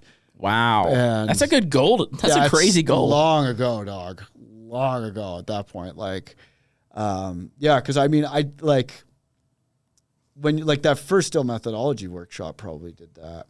Because like, I mean, I'm not sure how many people bought it, but I'm pretty sure it was in the tens of thousands of people that bought it. And the YouTube video for just the first bit has like, I think like almost 200,000 plays on that one. And for like 2011, that was a lot. Mm-hmm. You know, there weren't that many videos. And I mean, there's a lot of like Damian Taylor. Like I'm always getting people coming out of the woodwork and they're being like, oh yeah, you know, that was like a big thing. I mean, you, for example, but Damian Taylor, he had like a bad writer's block at one point, and then he like decided to put on that workshop on repeat while he worked on his studio and got his shit together, and he got out of the writer's block and then went on to produce like Bjork and The Prodigy and Arcade Fire and The Killers and like all these huge bands, and like he uses those same Moog subs that I give everyone on like all of his Grammy-nominated records and shit. And That's awesome. You know, and then like guys like Apache and stuff, or like EPROM or G Jones, like people are way more successful than I am. And that was all from like what was going on in like 2011. So Let me stop you there. That Yeah. all depends on how you look at success. yeah, I suppose. I mean, I think success to me is being able to choose to spend your time in the way that you want. That's You good. know? That's very successful.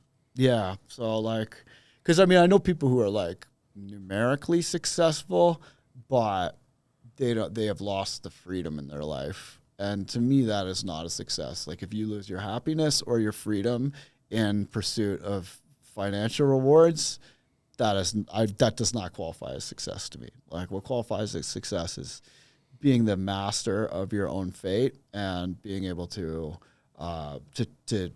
live a life in adherence to your own values and to find a place that is sustainable in that. I wanted to apologize for saying that, but then you dropped that bombshell, and I will not apologize for interrupting. So there we go. Okay. That was beautiful. Oh, good. But yeah, I mean, there's been a lot. So I mean, I've kind of lost count at this point. And then like most of the time, like the big gigs that I get are people who are like, you know, throwing me a bone like that. Ionize, like I did a track with like Gucci Mane, and like I never would have got to work with Gucci Mane. Come on. But Ionize was like, oh yeah, you know, putting out all these records with millions of plays now. Should get ill.Gates on the remix for this, you know? And yeah, that was pretty awesome. He did another one with 42 Doug that I got to remix. There's actually I got to curate the EP, so I got EPROM on there too. So Fuck yeah. me and EPROM and Rip Kenny all remixed this 42 Doug track. And I had Raekwon's brother on it, he was really dope too. But yeah, it was a really funny EP. Yeah, Ionize is sick, by the way. You should definitely look out for Ionize. He does a lot of like kind of trap, like electronic music crossover. And I love that. He's been producing rhythm and stuff under a new alias now. That's pretty good. Fuck yeah. Yeah, he's killing it. Yeah, and then like the Alanis Morissette thing too. That also kind of came back through connections from just, you know, just being nice to people, just teaching them what I can, and then they go out and they do awesome things, and the next thing you know, I get to do awesome things too. Fuck yeah. It's pretty great. Before we dive into it more, I got to take a pee break real quick. Yeah, let's do it. Yeah. Okay, and we're back. Awesome. All right, so to the producer dojo. Yeah. Besides being obviously like a husband and a father, has that been the most rewarding thing of this musical journey you've been on? Is just watching all these other people learn from you, and you know, you were just talking about a guy who got inspired and then go to work for all these amazing people and all these different artists from all the different generations, just learning new knowledge and taking it and creating something amazing. I mean, it definitely helps when you do not have a competitive mindset with other artists. And it's nice to get to be proud of people because you don't actually have to do much of the work, but you still get to, in some ways, emotionally take credit. And it's great. Like it's like being proud of a sports team. Like you weren't there at fucking spring training, like sweating it up, but you're like, I'm so proud. And it's great. So you get a lot of the emotional benefits while having to do much less of the actual labor. Yeah. But yeah, it's often said comparison is the thief of joy. And when I see people who burn out or have like, you know, a great psychological toll taken by their participation in the music industry, it's often people who are like approaching it with a competitive mindset, especially, you know, when, I mean, it's all just, especially social media has turned it all into such a dick measuring contest. And when you see like, you know, people go pouring over comparison numbers and stuff with their management all the time, it's like, that stuff burns you out, you know?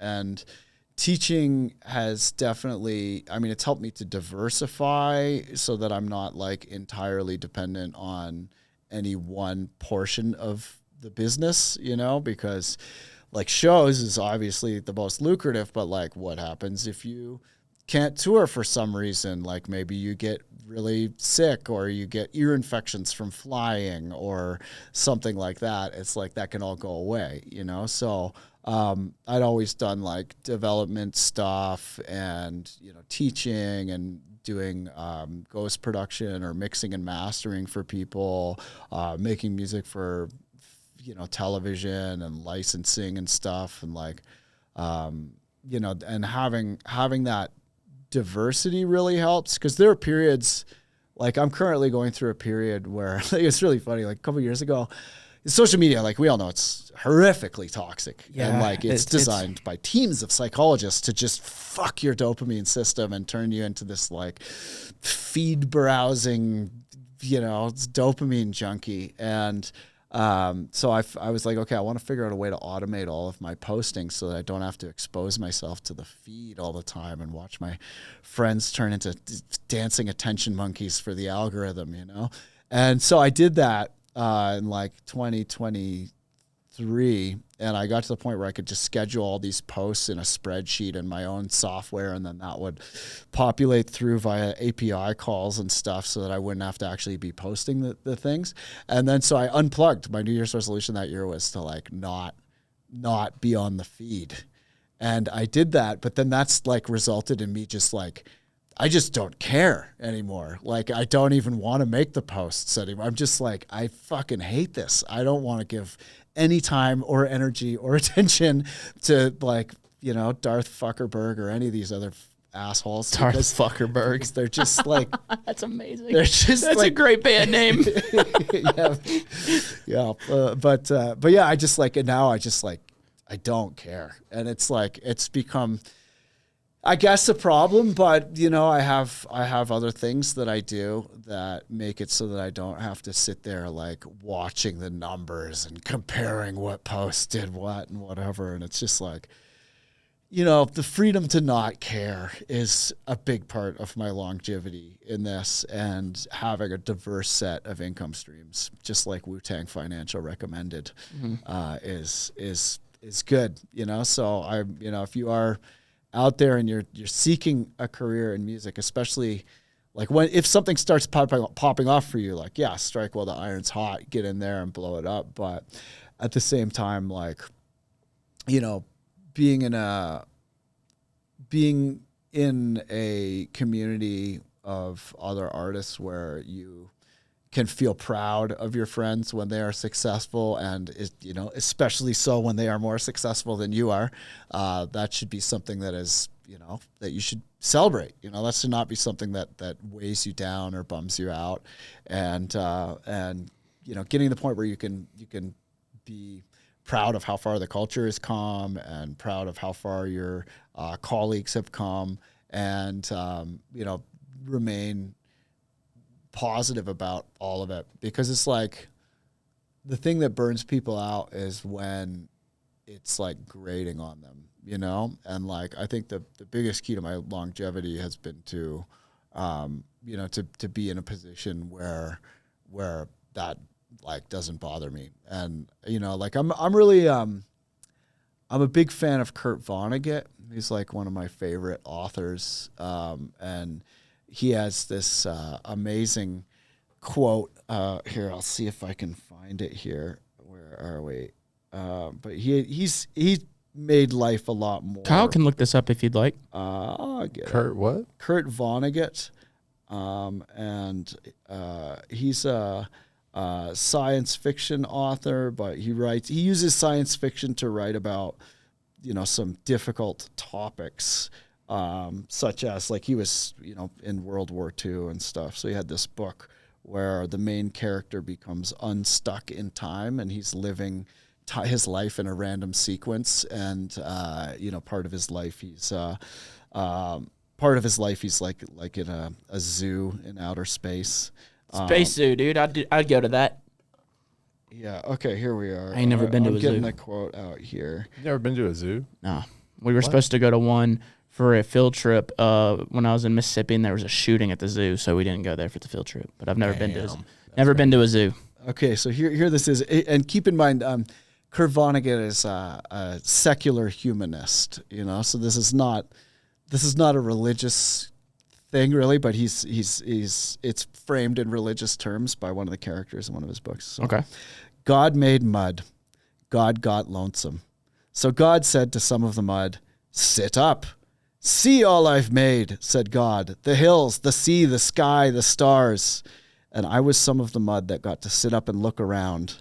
Lucky me, lucky mud. I, mud, sat up and saw what a nice job God had done. Nice going, God. Nobody but you could have done it, God. I certainly couldn't have.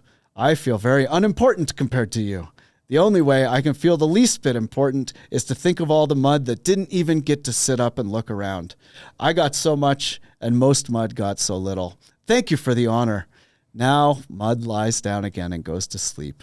What memories for mud to have. What interesting other kinds of sitting up mud I met. I loved everything I saw. Good night. I will go to heaven now. I can hardly wait to find out for certain what my Wampeter was and who was in my Karas and all the good things our Karas did for you. Amen. And that's from Cat's Cradle, and which is a great book. And my first record was called Ice 9 because of that book. And in that book, there's scientists have figured out an alternate way of stacking water molecules where they turn into ice at room temperatures, and they were going to deploy it militarily. And then accidentally it got out of hand and froze the entire Earth. And it's the story of that. Is that why there's a band called Ice Nine Kills? Yes. Oh, nice. Yes. I love that band. But yeah, it's and then there's this really fun religion called Baconanism, and a Wampeter is I believe it's like your everybody has like a secret mission in life, I think, more or less, that you find out whether you did it or not when you die, and then the Karas is like your gang of soulmates that you're to make your way through life with. Those are Karas? Like Karass in the Baconan religion from the book. Okay, so you read a bunch. I'm gathering that. Yeah, but it's a great book, and as much as that's like a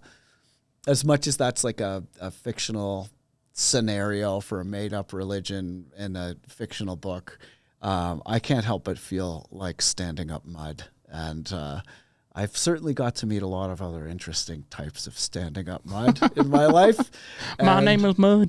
Yeah, but yeah, I definitely consider myself very lucky, and I was very okay with my own death until I had a kid, because like I think at any point before that, if I was like, you know, suddenly confronted with like, oh, my plane's crashing now, I'd be like, well, it was a good run. That's how I feel. Yeah, that's literally how I feel. Yeah, I got to do a lot of fun things. You know, it's great. I got to spend my time expressing myself and hanging out with other weirdos. Like, wow, it's great.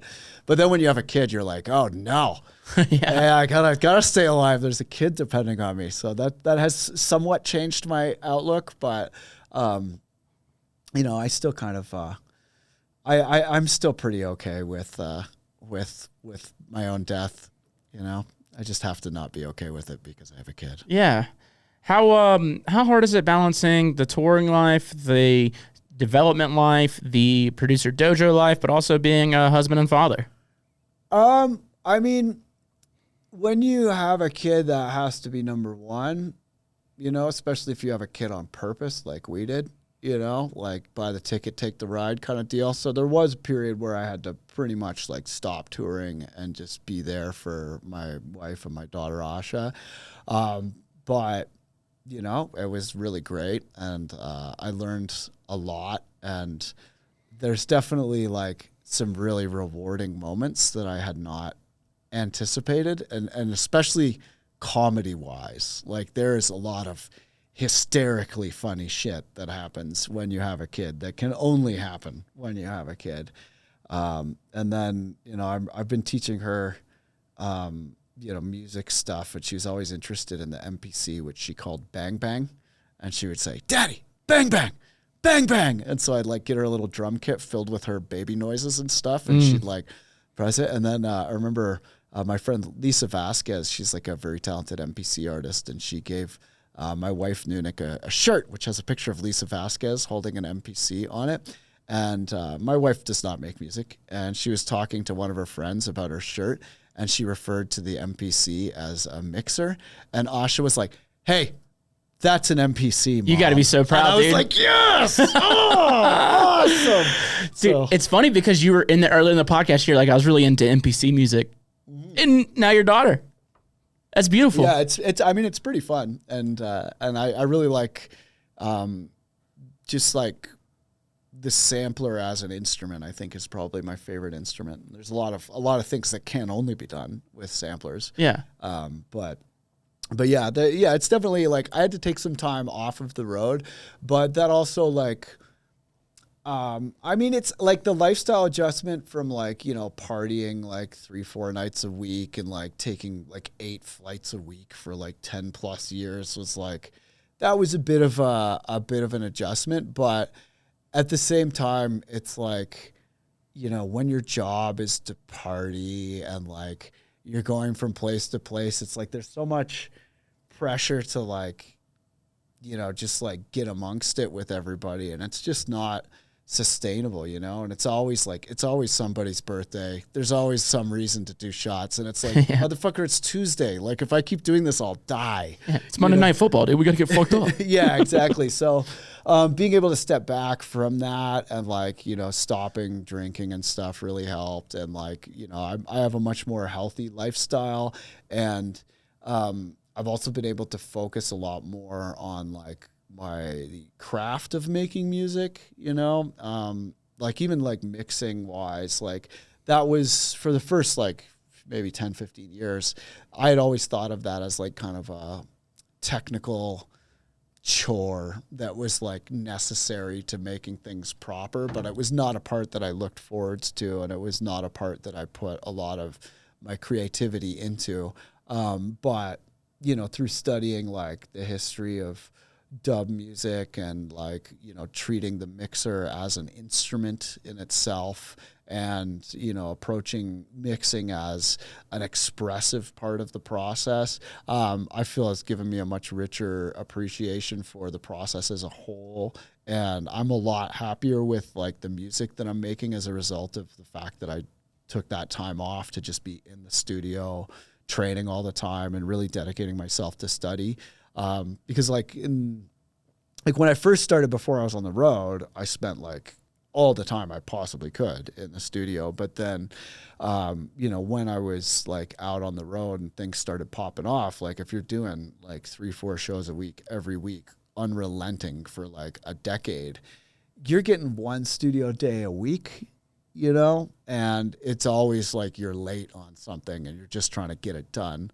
Whereas like getting off the road and getting to spend more time, like, learning to code and like learning the fundamental principles of audio and waves in 3 dimensions, waves in 2 dimensions, how they're different. And, all that stuff I feel has really like, I'm happier now with the music that I've been making. And like, when I look back at the music that I'm making now versus the music I was making even 5 years ago, I'm like, oh, what was I even doing 5 years ago? So that never stops. No, no. And I mean, Tipper too, going to that last Tipper show, it was amazing. Like he's still leveling up and he's like retiring.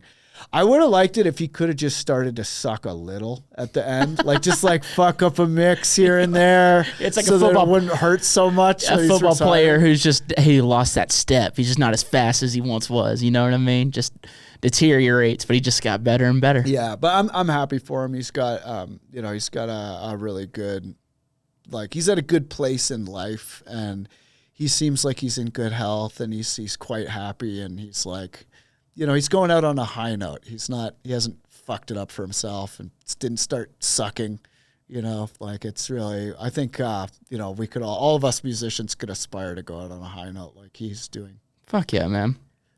What brings you the most joy about where the scene is at right now? What's something that's really exciting you about where everything's at right now? I really like seeing that, like, people now, especially with how, like, the way communities are forming, as much as social media is toxic and stuff, it's really cool to see the right people finding each other faster. Yeah. And some of the little, like, pocket communities that have, like, because, I mean, like, the dead internet theory, you know about the dead internet theory? I don't. So basically the dead internet theory is that the open internet is basically going to be replaced by bots and AI, and like everything is marketing. No posts are real. No reviews are real. I kind of feel like that at times, man. Yeah, it's already begun. Like, I don't it's not believe really a theory. anything Yeah. I read online anymore, So dude. as much as that sucks, there are now more of these like private spaces that people have taken upon themselves to create, and some of the Discord communities that you see coming up now are really fucking cool.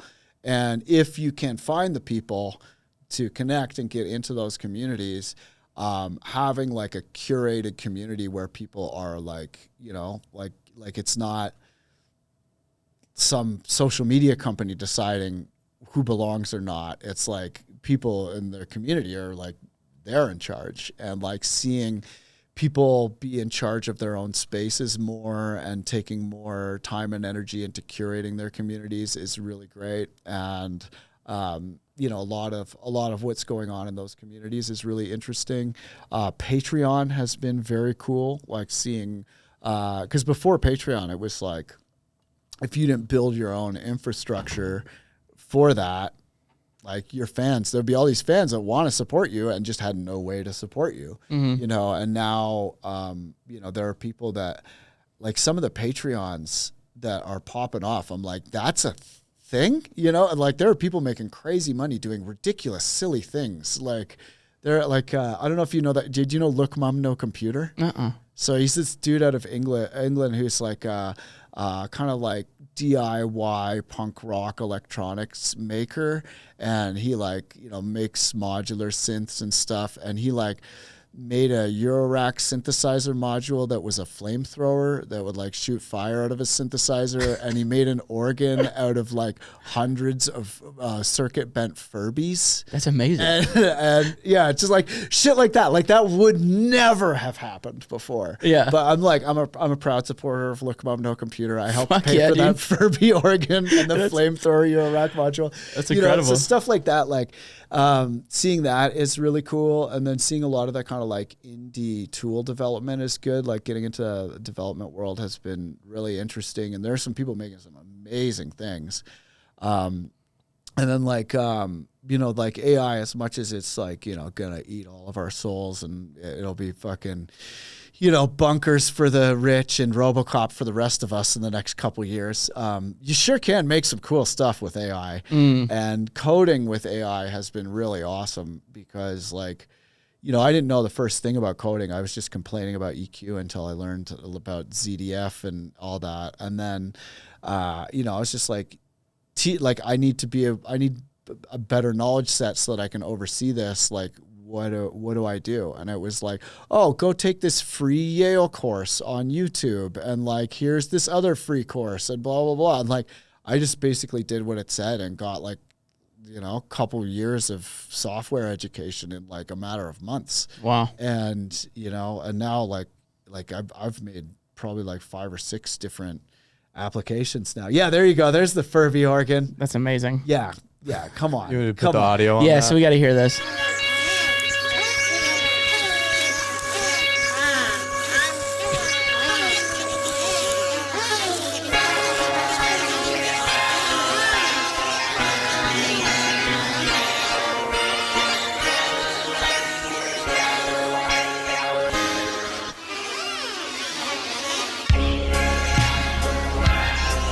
This is incredible.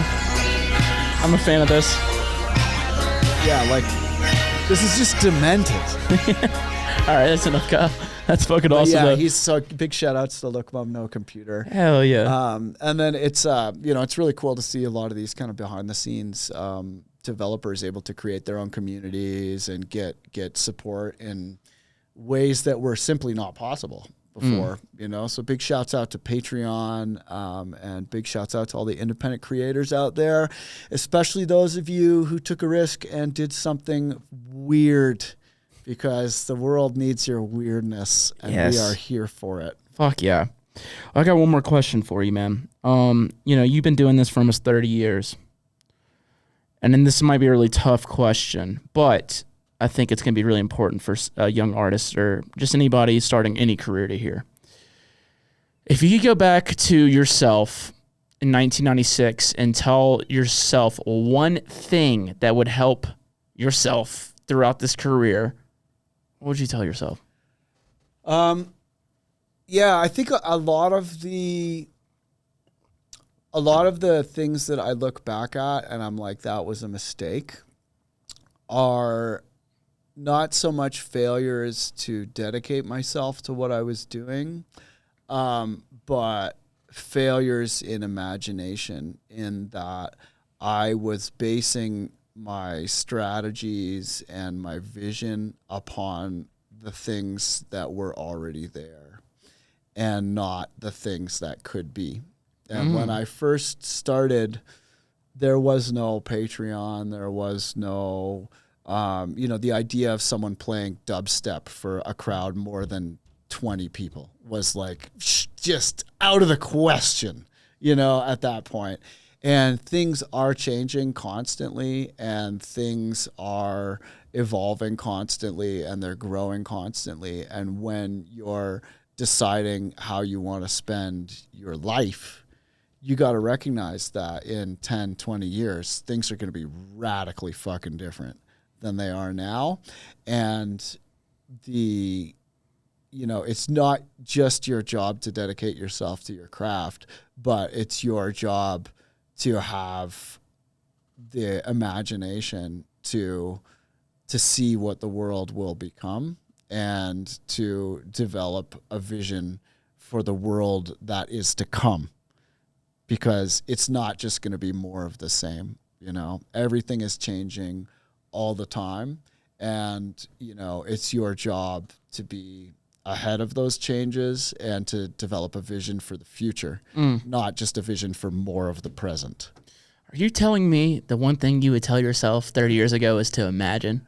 Yeah. I love it. Yeah. I'm not making fun of it. I love it. That's Yeah. just such a fucking...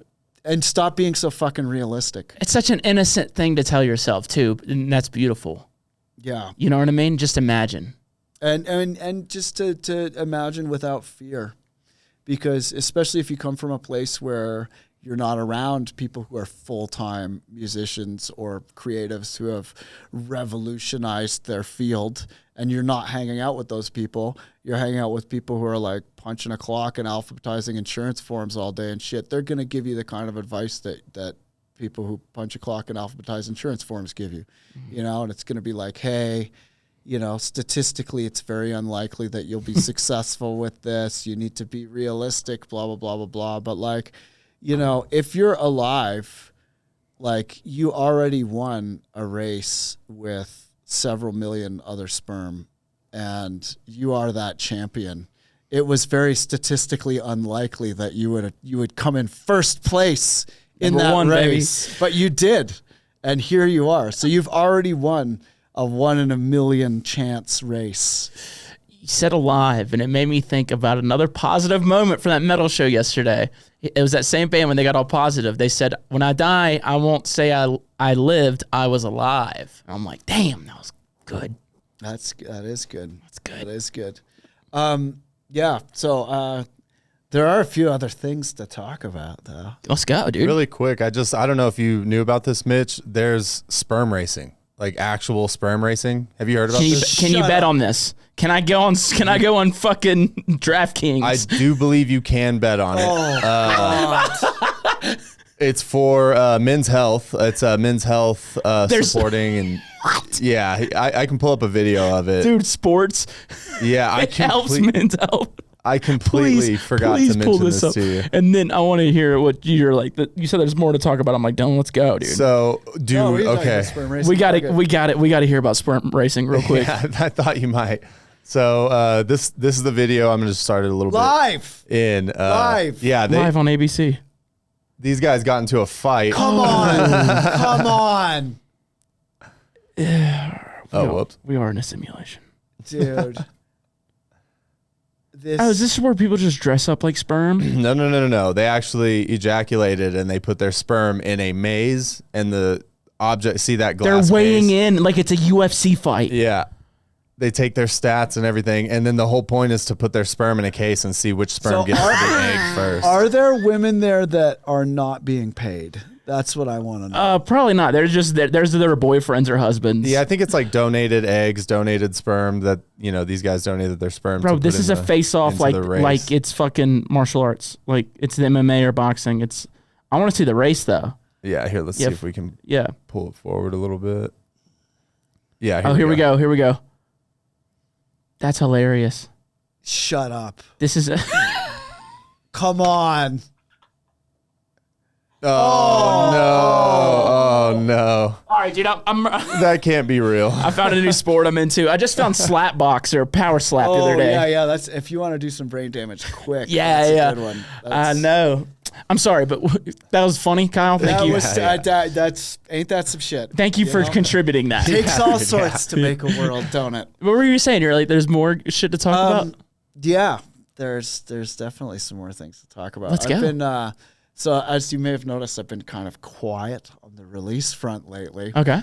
And that's because I've been waiting Oh. for a few Scheming? things. Yeah, I've been plotting and scheming. But our mutual friend Brock and I have 2 new EPs. That's amazing. Yeah, I know y'all been one working of them's together. coming out in a couple weeks. It'll probably be out by the time this podcast is out. But yeah, the What You Want EP. And I'm pretty stoked about it. We've been waiting. Like we started that a couple years ago. And I remember I went over to Brock's house and we were producing, and we did 2 tracks like in 2 days. And at one point he was packing for tour, and he came by with his first demo, and he found his first demo from when he was 10. And I was like, oh my, we got to listen to this. And he put it on, and while it was playing, I noticed that the audio was coming in inputs 3 and 4 on the sound card. So I surreptitiously hit record, and then he made his way off to go continue packing. And whilst he was packing, I extracted the vocal stem and tuned it and everything and got it into the track. And when he came back, he found that the lead vocalist in our new record was 10-year-old Brock. Oh, wow. And the tune That's came out beautiful. awesome. And he's been playing it every fucking set for like 2 years. So, then this year in January, I was like, okay, like I'm gonna go down there and camp out. And How awesome I is that went new down- spot? Oh, it's so epic. And I was there when there was that big snowstorm in Louisiana, which does not happen. Never, so yeah. in a great moment of international cultural exchange, we built a snowman and then shot it with AR-15s. And it was just a real Canada-America bonding moment. Damn it, I love America, dude. It was pretty great. But yeah, so we then wrote a bunch of other tunes, and so we have I think 8 songs or something. But the first 3 are going to come out at the end of July. So that's going to be pretty exciting. It's been a while since I did a record with someone who's as well known as Brock. And then there's a new EP with Mr. Bill that we're about 7-8 tracks deep on. A second EP with Brock.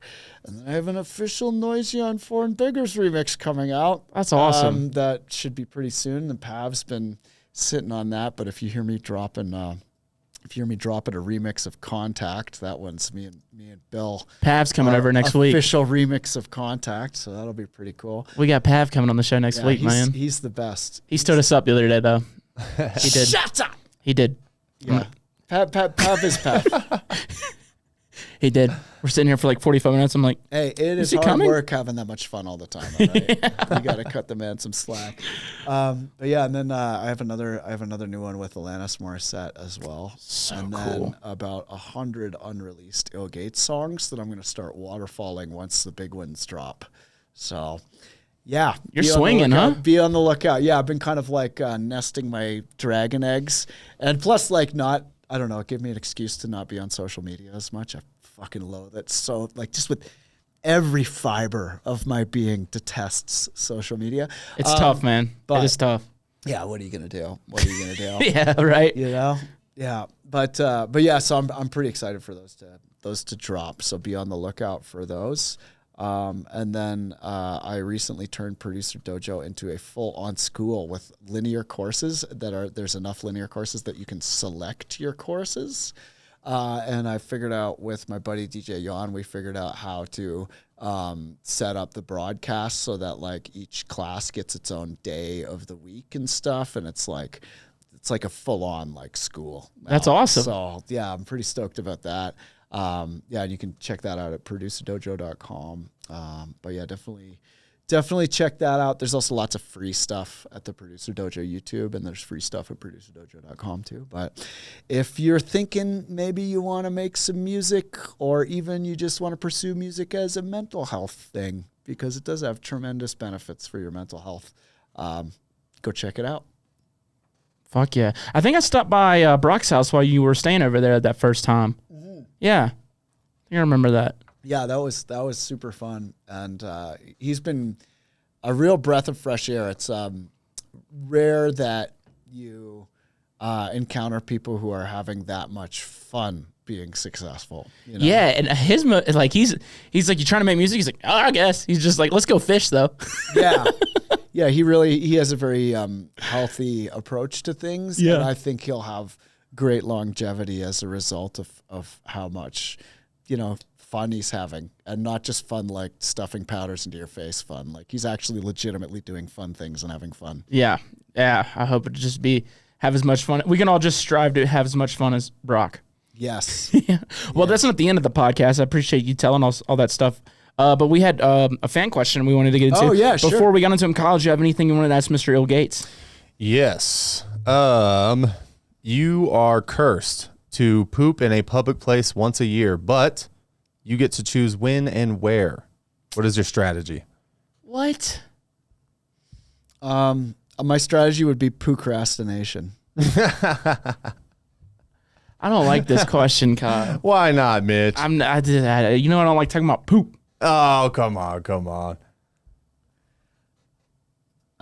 Yeah, definitely. I'm procrastinating on that one. Yeah, I just try and put it off until it's like I can't put it off anymore. That would probably be my strategy. He didn't like it either. Pooping in public sucks. Yeah, it does. All right, if you were arrested with no reason, what would your friends think you did?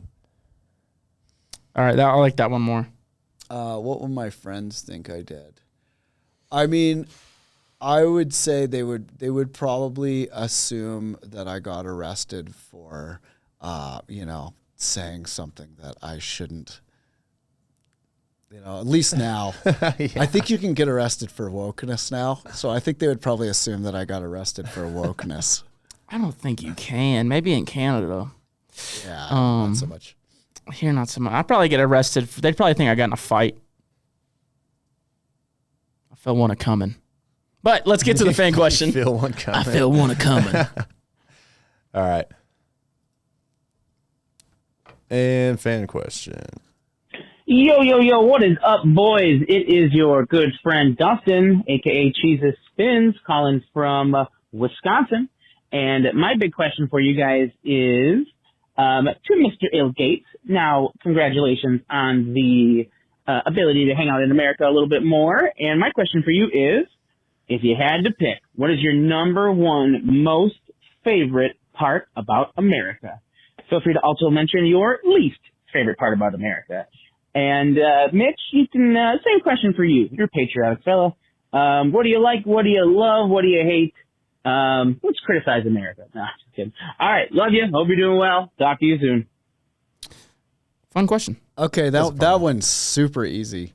My favorite part about America would be my American friends. Hell yeah. And my least favorite part about America is when they fight about stupid shit.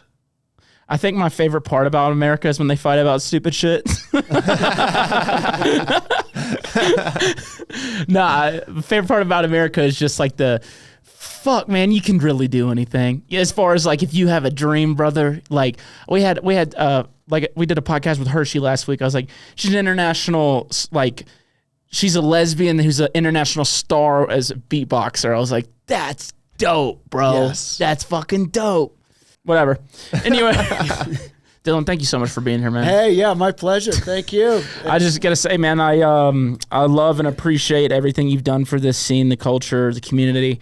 You've changed so many producers' lives, taught us so many things, and man, I was really, really stoked to sit down and have a conversation with you today, man. Hell yeah. Yeah, it's been vibes, and, you got a great thing going on here. I think you're doing good things for the culture from your awesome booth here, too. It's great when people connect on something other than just DJs and drug use. Yeah. Like, it's important for us all to, to share additional dimensions of the human beings and help each other through this crazy thing. So props to you for doing that. Props on the tunes. More of everything, please. Yes, sir. Well, thank you again, brother. All right, lots of love. Thank you, Kyle. Thank you to everyone listening to this week's episode of Talks with Taboo. See you next week. Peace. Peace. All right, yeah. sick.